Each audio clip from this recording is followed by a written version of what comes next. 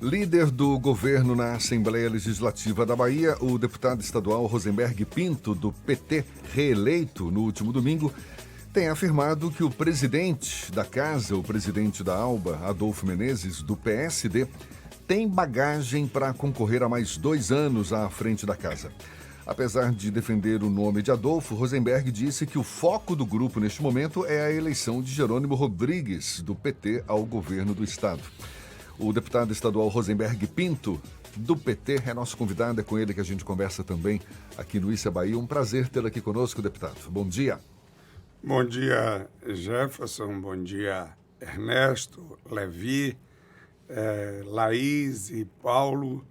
Estão aqui os ouvintes da Tarde FM. Prazer é sempre meu poder conversar com os ouvintes de vocês. Pois é, Levi Vasconcelos está conosco também já por aqui, vai participar dessa conversa também. Claro que o foco é garantir a eleição do ex-secretário Jerônimo Rodrigues. Imagino que o senhor já vislumbra, ou no mínimo aposta na vitória de Jerônimo. Agora, o que já há de articulação na Assembleia Legislativa para essa próxima legislatura, tendo em vista a possibilidade de vitória de Jerônimo? O senhor está defendendo a continuidade de Adolfo Menezes como presidente da casa, a sua continuidade também como líder do governo na Assembleia? O que vislumbra-se também nesse curto prazo, apostando numa vitória de Jerônimo, deputado?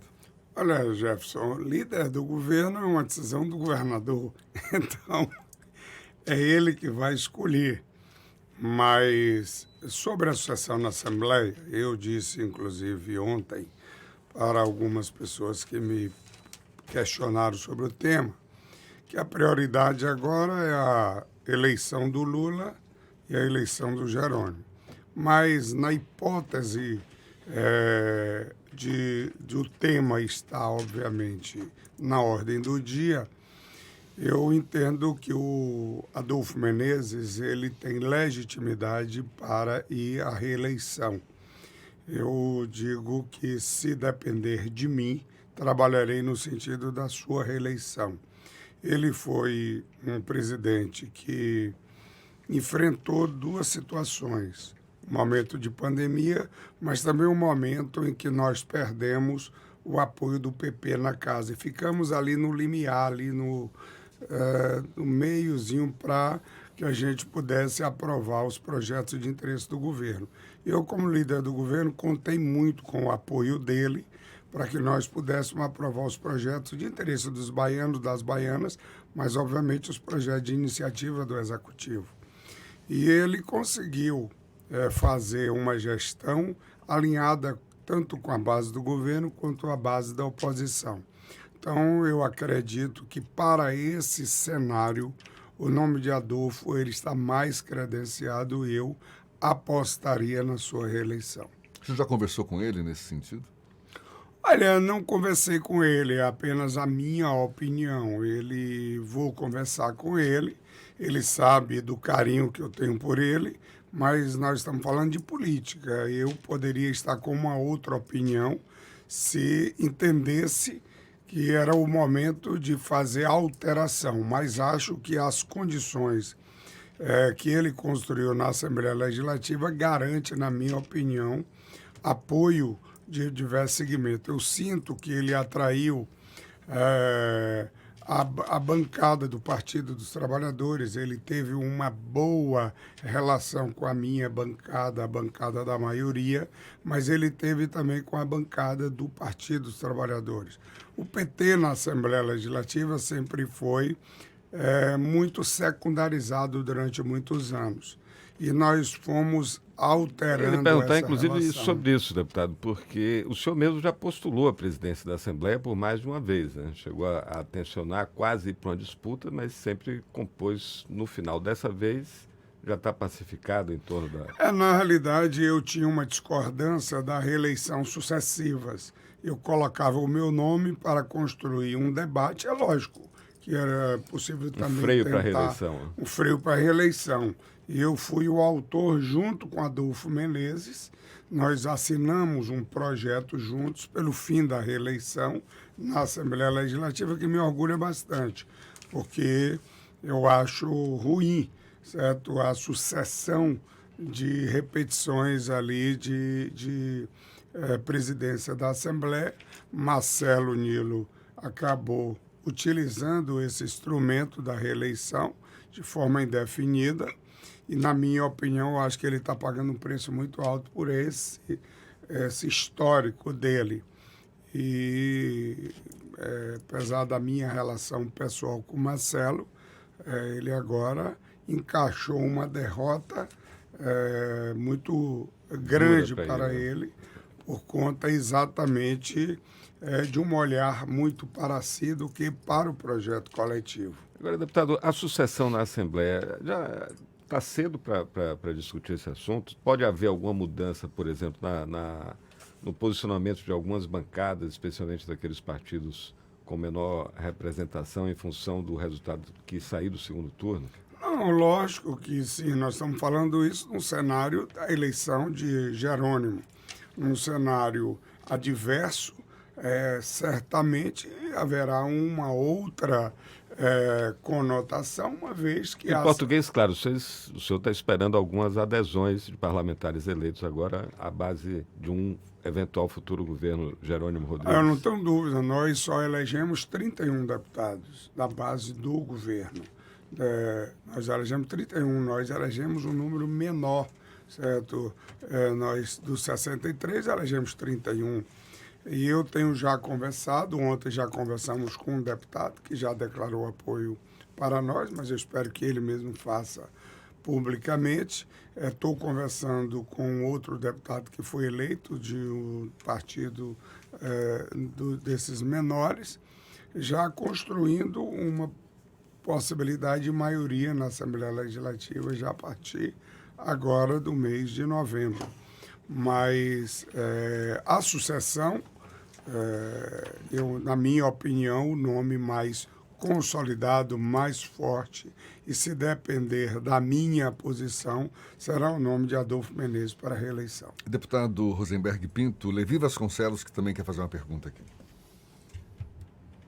É isso, exatamente isso. Que ironia, né? Você e Adolfo, autores da lei que acaba a reeleição, agora estão defendendo a reeleição. Não. É evidente que a circunstância é outra, né? Não, mas não é reeleição. É porque foi aprovada contra o meu posicionamento.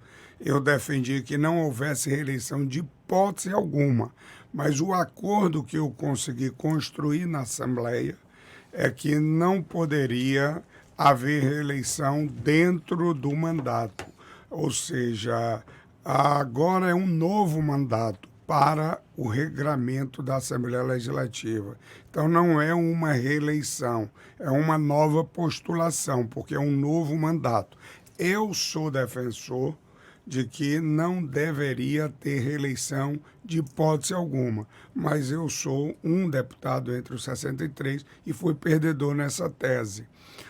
Mas avançamos, porque antes não tinha nem limitação. O que eu quero saber de você é o seguinte, me diga uma coisa, você é o líder da bancada do governo na Assembleia, admitindo-se a vitória de Jerônimo, né?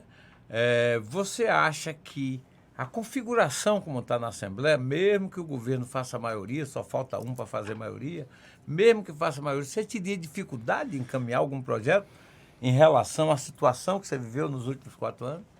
Acredito que não. Olhe bem, eu tenho tido uma relação muito madura com a oposição. E dos diversos projetos que nós votamos na Assembleia, conversando bastante, fazendo alterações ali em diálogos com a oposição na casa. E, obviamente, pilotado pelo presidente da casa.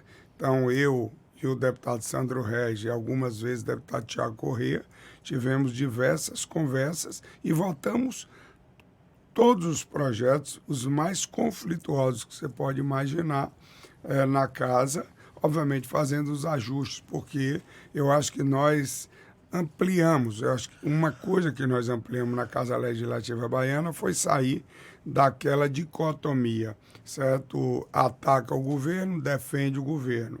Nós saímos dessa tese para uma tese de que a Assembleia Legislativa ela deve debater os projetos de interesse da sociedade, compreendendo as diferenças de programas políticos de cada um e fazendo as alterações necessárias capazes de fazer a aprovação. E isso nós mudamos muito na Assembleia. Quando eu cheguei lá há 12 anos atrás, era um grupo atacando o governo, outro grupo defendendo o governo. Eu acho que isso é uma pobreza do parlamento. E nós alteramos isso para debater o conteúdo dos projetos, que eu acho que isso é o que alimenta a Assembleia Legislativa. Deputado, o senhor está tocando nesse ponto, né, de que um dos papéis da Assembleia é exatamente o de discutir assuntos, matérias, projetos de interesse da sociedade.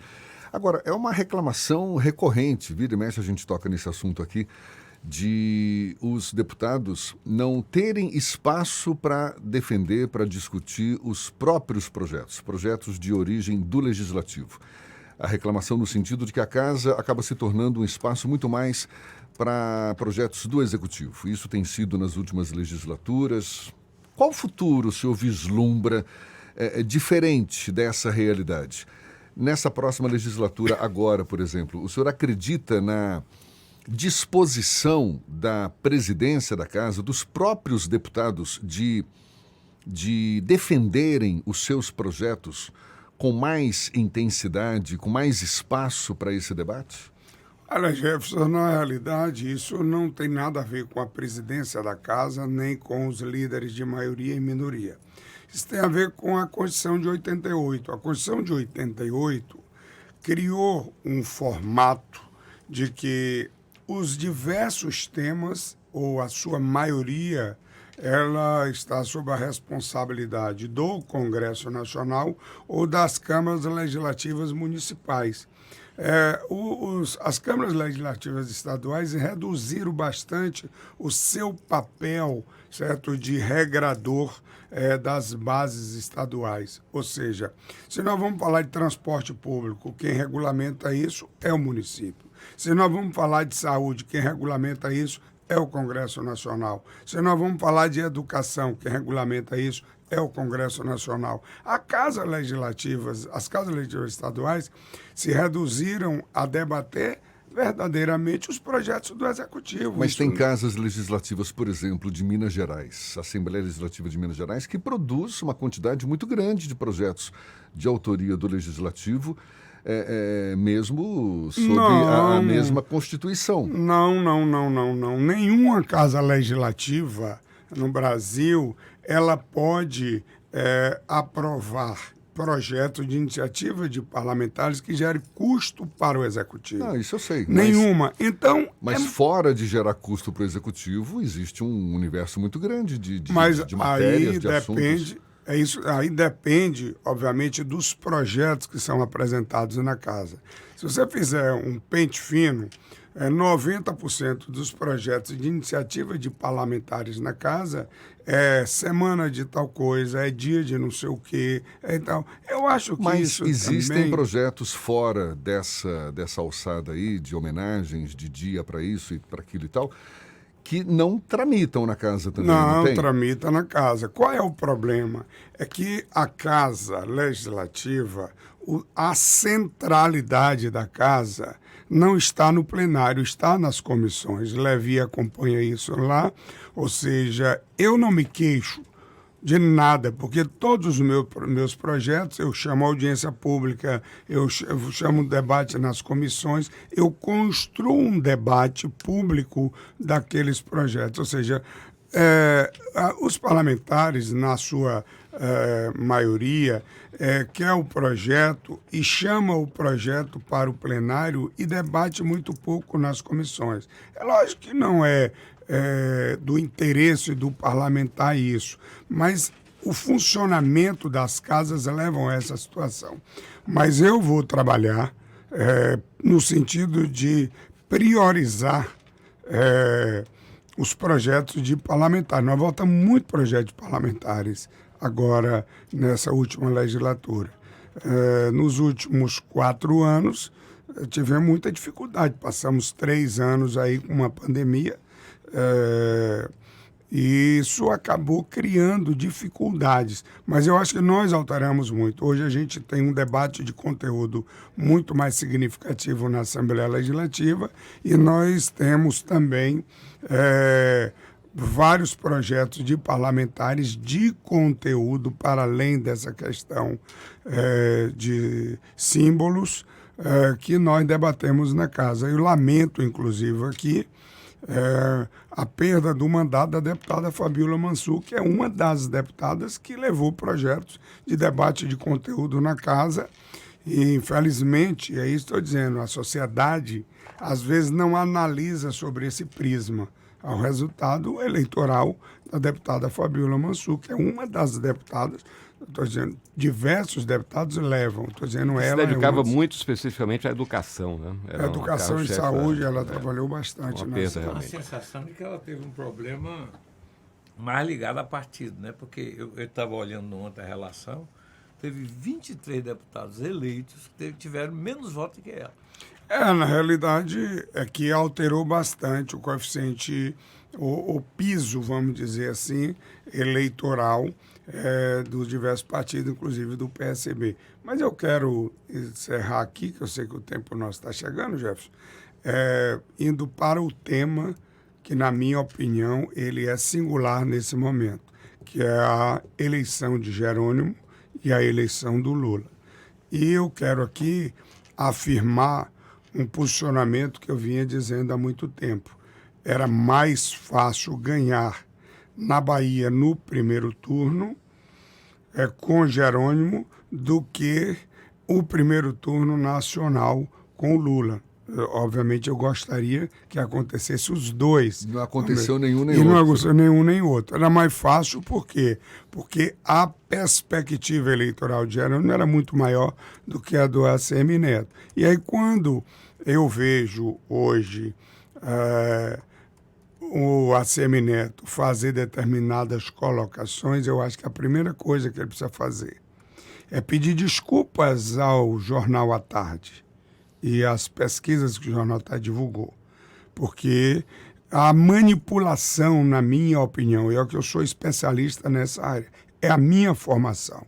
Eu me formei em ciência política e a minha prioridade nisso é estudo de pesquisas. E todas as pesquisas que eu estudei projetavam a eleição de Jerônimo, não era a eleição de Neto. Mesmo as pesquisas Datafolha, IPEC e aquela Genial Quest, todas elas protagonizavam Jerônimo e não Neto. E eles, obviamente, maquiaram, divulgaram, certo? E houve uma manipulação, na minha opinião, e está pagando um preço muito grande. 4 prefeitos já vieram apoiar Jerônimo. Hoje deve ter mais uns 4 declarando apoio a Jerônimo, desses que votaram, porque se sentiram enganados com as pesquisas que foram apresentadas por eles. A exemplo, e eu aqui eu tenho um carinho muito grande por Lobão, muito grande, sempre acreditei nas pesquisas dele, mas foi, assim, uma apresentação extremamente estranha de uma pesquisa da Dataquali que deu 50 e tantos % ao ex-prefeito de Salvador na boca da eleição. Eu esperava um empate, certo, do Datafolha e do IPEC na véspera da eleição. Agora dá 51 a 40. Eu afirmo que é um erro grosseiro de uma pesquisa de um instituto como o Datafolha, porque ele não errou com 10 pontos. Ele, quando abriu as urnas, ele erra com 20, porque aquilo que ele dizia que tinha 10 pontos a mais, o adversário tem 10 pontos a mais. Então, na minha opinião, foi um erro grosseiro. Na minha opinião, foi aquilo que não deu a vitória de Jerônimo no primeiro turno, porque as pessoas que leram aquela pesquisa no primeiro turno tem uma parte da população que não gosta de votar para perder, e aí acabou isso alterando, na minha opinião, aqueles 45 percentuais, 0,45 percentuais que faltou para Jerônimo ganhar no primeiro turno. Rapidinho. Rapaz, Rapidinho de tempo nada. esgotado, Levi, mas diga aí rapidinho. Rapidinho. Eu acho que essa questão das pesquisas, eu também tenho uma especialização nisso, feito na Universidade Católica, deixou uma grande lição. Na minha opinião, foi erro mais técnico do que maldade. O menino da Altrasintel, o Andrei Roman, nos explicou que eles deixavam de... Ele apresentava, a única coisa que mudava é o candidato, a forma de apresentar. Ele apresentava o candidato no contexto, Jerônimo, com Lula, com Rui, etc, etc. A Semineto só porque estava só. E João Roma com... Isto, se você for olhar tecnicamente, você bota Jerônimo, Neto e... Quem é Jerônimo? Ninguém conhece. Mas um instituto de pesquisa que faz aqui na Bahia, e o Ibope errou em 2006, 2014, certo? E erra agora 2022, é porque não pondera a pesquisa. Como é que eu não posso pesquisar coisas diferentes? Como é que a Semineto tem 94% de uma população que conhece, que eu já ouviu falar, e você comparar com alguém que tem 35% da população que conhece, já ouviu falar. Se você não ponderar isso, você transmite um erro inimaginável. Eu fico a me perguntar se foi a ignorância ou se foi a manipulação. Aí, obviamente, quem tem que responder são os institutos de pesquisa. Deputado Rosenberg Pinto, tempo esgotado, sinto muito, queria conversar mais, mas o Paulinho já está olhando feio para mim. Muito obrigado pela sua disponibilidade, ele volta. pela atenção dada aos nossos ouvintes. Deputado reeleito pelo PT, Rosenberg Pinto, líder do governo na Assembleia. Até uma próxima, então. Eu agradeço aí a oportunidade de falar com todos os ouvintes. Um abraço a todos vocês aqui. E é Lula lá e Jerônimo cá. Agora são 7h57 na tarde FM.